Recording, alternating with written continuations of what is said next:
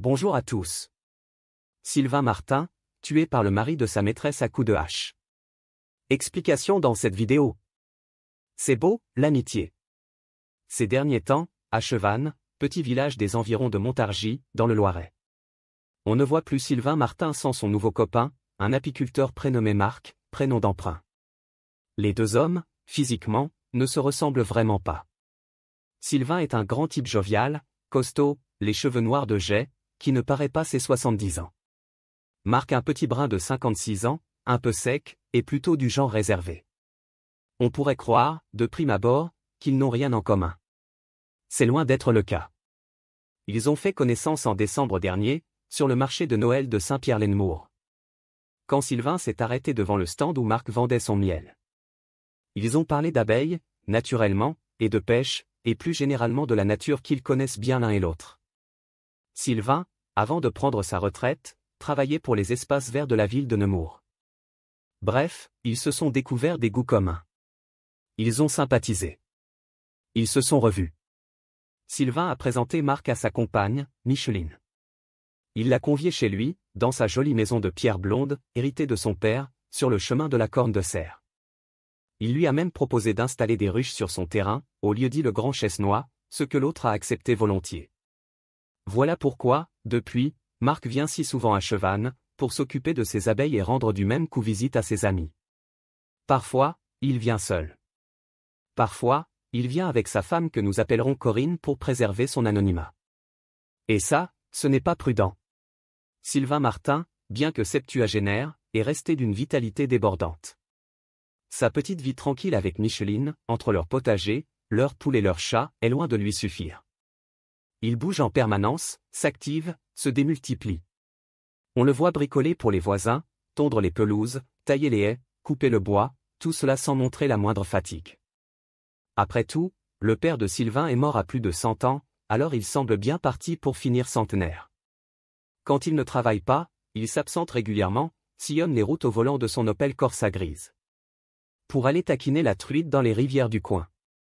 Mais le plus étonnant, chez un type de son âge, c'est cette passion de jeune homme qu'il a gardée, toujours intacte, pour les bals de campagne. Sans doute est-il un bon danseur, mais ce n'est pas l'amour du foxtrot ou de la valse musette qui le motive. En vérité, Sylvain ne taquine pas que la truite.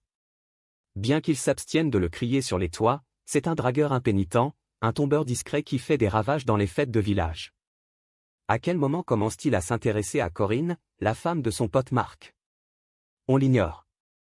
Comment s'y prend-il pour la séduire? On ne le sait pas plus.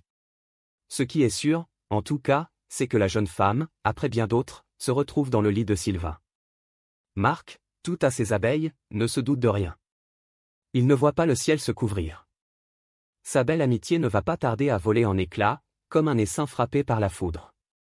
Sylvain, en vieux routier de l'adultère, multiplie les précautions.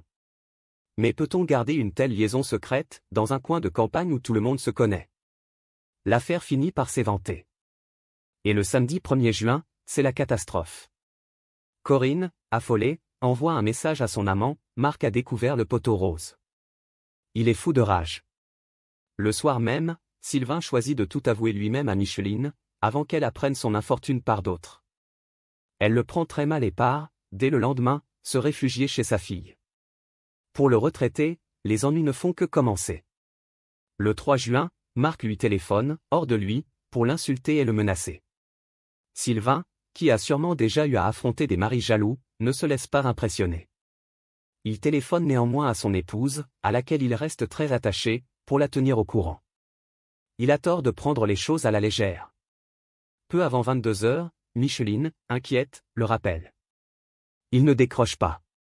Prise d'un mauvais pressentiment, elle téléphone alors à une voisine du chemin de la Corne de Serre, qui possède un double de ses clés, et la supplie d'aller voir ce qui se passe. La voisine charge son fils de cette mission. Et quelques minutes plus tard, dans les dernières lueurs du crépuscule, le garçon pénètre dans la propriété par le petit portail rouillé qui donne sur la rue. Il y a de la lumière aux fenêtres. Est-ce bon signe? Le jeune homme traverse la cour et frappe à la porte. Plusieurs fois. Pas de réponse. Il pousse alors le battant qui cède sous la pression. Un silence glaçant, oppressant, accueille le visiteur. Il fait quelques pas jusqu'au séjour et se fige sur le seuil de la pièce, tétanisé. Ce qu'il a sous les yeux est épouvantable. Sylvain est étendu sur le carrelage dans une mare de sang. Un Sylvain méconnaissable, dont le visage n'est plus qu'un magma sanglant. Un œil est crevé, le crâne éclaté laisse voir le cerveau. On s'est acharné sur le malheureux avec une arme tranchante, on lui a écrasé la main à coups de botte. Peut-être pour l'empêcher d'appeler les secours avec son portable. Malgré tout, il respire toujours. Très vite, pompiers et gendarmes sont sur place. Sylvain est transporté au CHU d'Orléans, placé en coma artificiel. Les gendarmes, pendant ce temps, entendent Micheline qui leur rapporte l'aventure de Sylvain avec Corinne et les menaces de mort proférées par Marc. Le meurtre est signé. Le mardi matin, l'apiculteur est interpellé chez lui, à Sens. Lors de la perquisition de son domicile, on découvre une hachette qui porte encore des traces de sang. L'arme du crime, ça ne fait aucun doute. Du reste, Marc ne tarde pas à passer des aveux complets. Oui, la trahison de son ami Sylvain l'a rendu fou de haine. Oui, il l'a menacé de mort avant de se rendre chez lui, armé de sa hachette, pour le corriger. Marc n'était pas seul, il avait demandé à son fils, un garçon de 24 ans, de l'accompagner dans cette folle expédition punitive. Mis en examen pour assassinat, l'homme est aujourd'hui écroué à la prison d'Orléans-Saran. Son fils, qui n'aurait fait qu'assister aux violences, est poursuivi pour non-assistance à personne en danger. Sylvain Martin, lui, est décédé le dimanche 9 juin, dans la soirée, sans avoir repris connaissance. Mort pour avoir séduit la femme de trop. Merci d'avoir regardé, n'hésitez pas à partager la vidéo avec vos amis et à vous abonner à notre chaîne pour ne manquer aucune de nos futures vidéos.